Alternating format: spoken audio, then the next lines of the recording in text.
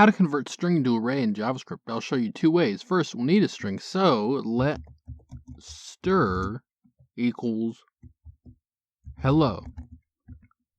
Next, let r equals, for the first method, we'll split stir on the empty string. So, stir.split empty string.